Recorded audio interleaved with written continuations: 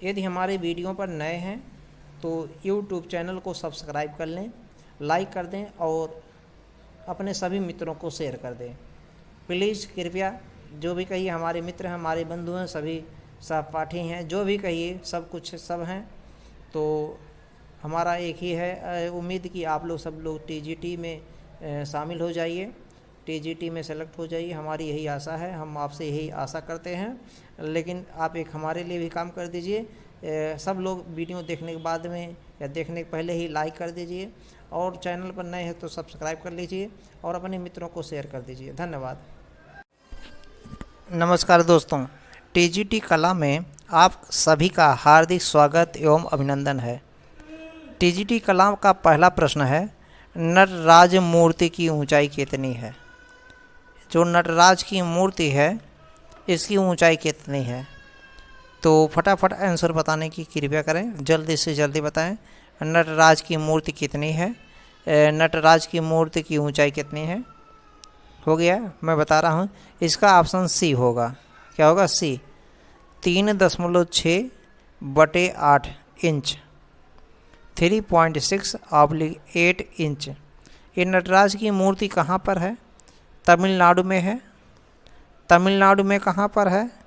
तमिलनाडु में अगर बात करें कि नटराज की मूर्ति जो है तिरुचन्नापल्ली के तिरुभंगरकुलम में है।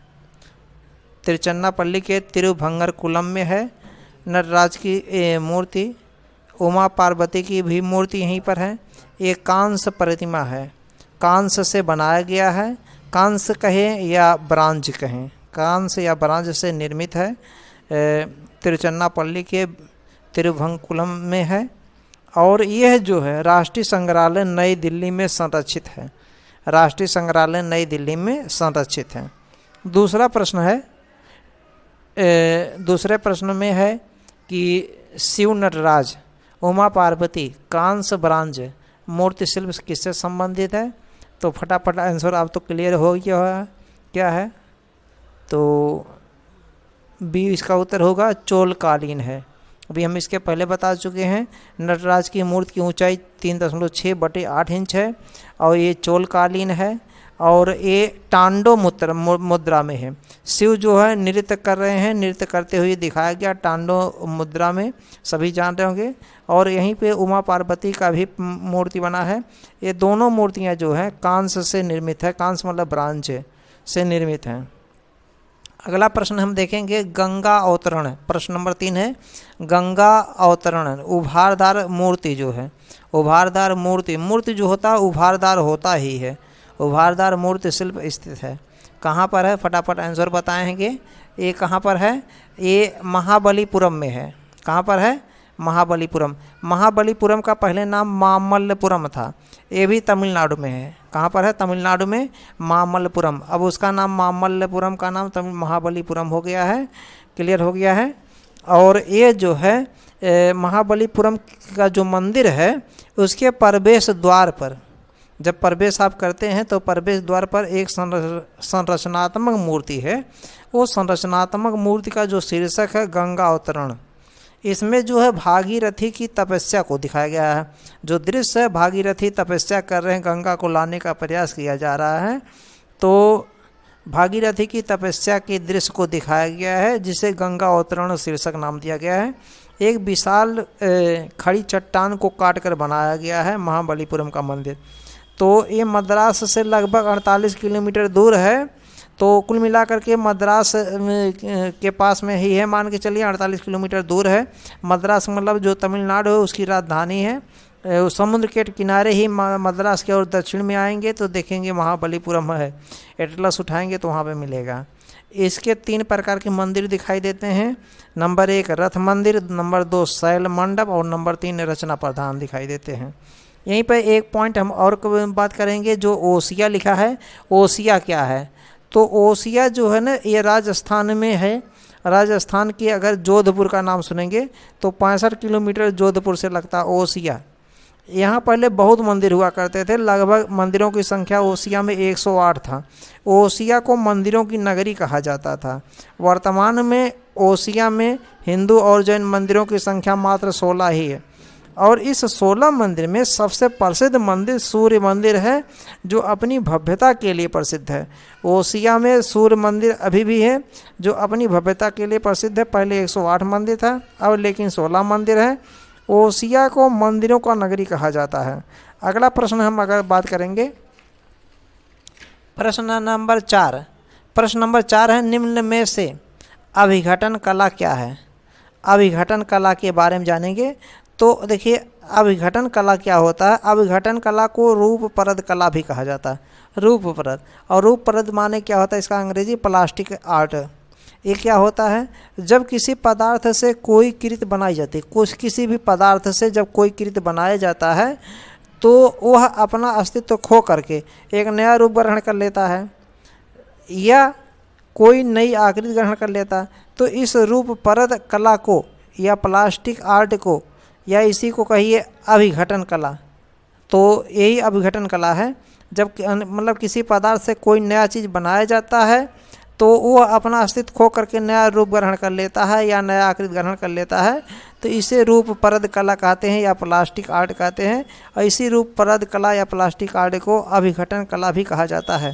जैसे मूर्ति कला जो है ये अभिघटन कला है। तो इसका उत्तर बी हो जाएगा, उत्तर ए हो जाएगा। मूर्ति कला जो है अभिघटन कला पे। नृत्य कला, संगीत कला अभिघटन कला में नहीं आते हैं। मूर्ति कला के साथ साथ जैसे चित्रकला भी है, स्थापत्य कला भी है।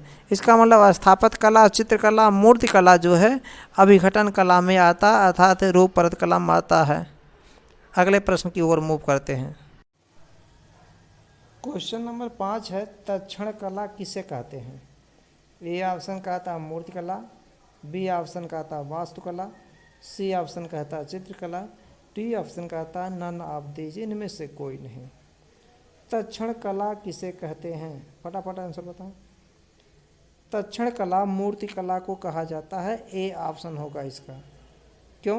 क्योंकि मूर्तियों को बनाने के लिए बहुत ही तराशा जाता है, यानी कि मूर्तियों को तराश कर ही बनाया जाता है, बिना तराशे बनाया ही नहीं जा सकता। मूर्ति को तराश कर बनाया जाता है, इसलिए मूर्ति कला को तक्षण कला कहते हैं। चवर धारणी अर्थात यक्षिणी की मूर्ति प्राप्त हुई है। चवर धारणी अर्थात यक्षिणी की मूर्ति कहाँ से प्राप्त हुई है? ये प्राप्त हुई है हड़प्पा से या कोणार्क से या दीदारगंज पटना से या मथुरा से। कहाँ से प्राप्त हुई? चवर धारणी अर्थात यक्षिणी की मूर्ति जो प्राप्त हुई है, फटाफट आंसर बताएं। कहाँ से प्राप्त हुआ? दीदारगंज से।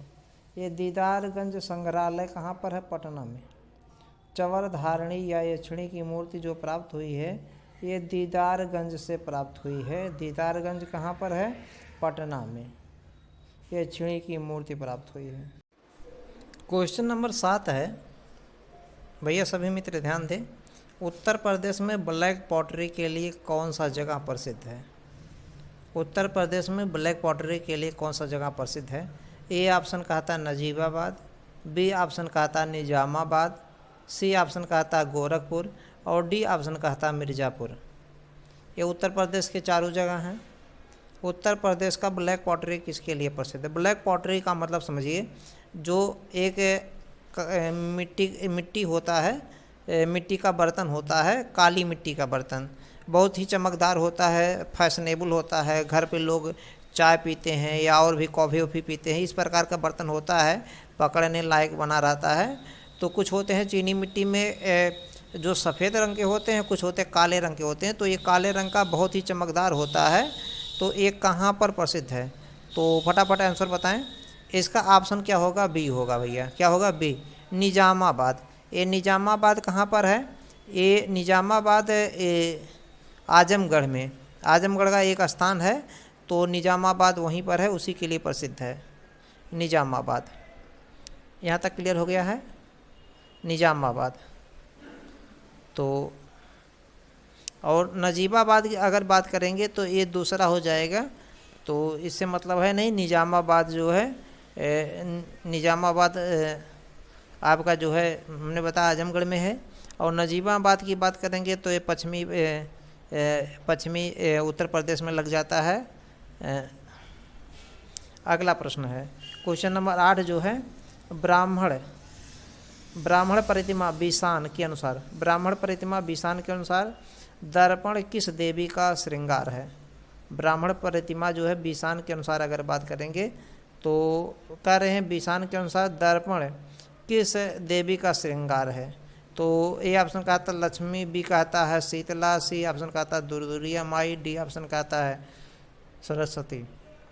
तो ब्राह्मण प्रतिमा बीसान के अनुसार दर्पण जो होता है, फटाफट आंसर बताएं, दर्पण किस देवी का श्रृंगार है? हाँ, ऑप्शन बता रहे हैं 8 का होगा उत्तर ए मतलब लक्ष्मी, लक्ष्मी इसका उत्तर होगा।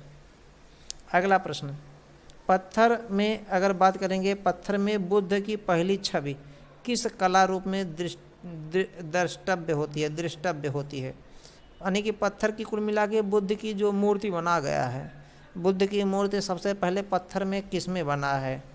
तो फटाफट आंसर बताएं, गुप्त काल है या मथुरा काल है या जो है शुंग काल है या मौर्य काल है? तो पत्थर की मूर्ति सबसे पहले किस में बना है? फटाफट आंसर बताएं। देखिए, पत्थर की जो मूर्ति बना है, बुद्ध की पहली जो छवि बन रही है वो मथुरा शैली में बन रही है। किस में बन रही है? मथुरा शैली में। बुद्ध खड़े हुए, भगवान बुद्ध खड़े हुए हैं और आभा मंडल से युक्त है। आभा मंडल मतलब सर के पास से जो है इस प्रकार की मूर्ति बनाया जाता है, सर के पास से स्टार यानी कि सब चमकता रहता है, वही है आभा मंडल। तो मथुरा शैली में खड़े हुए बुद्ध हैं, सबसे पहले मथुरा में जो है पत्थर की मूर्ति बन रही है। अगला प्रश्न, प्रश्न नंबर 10 क्या है? लिखा है रिपला का क्या अर्थ है? रिपला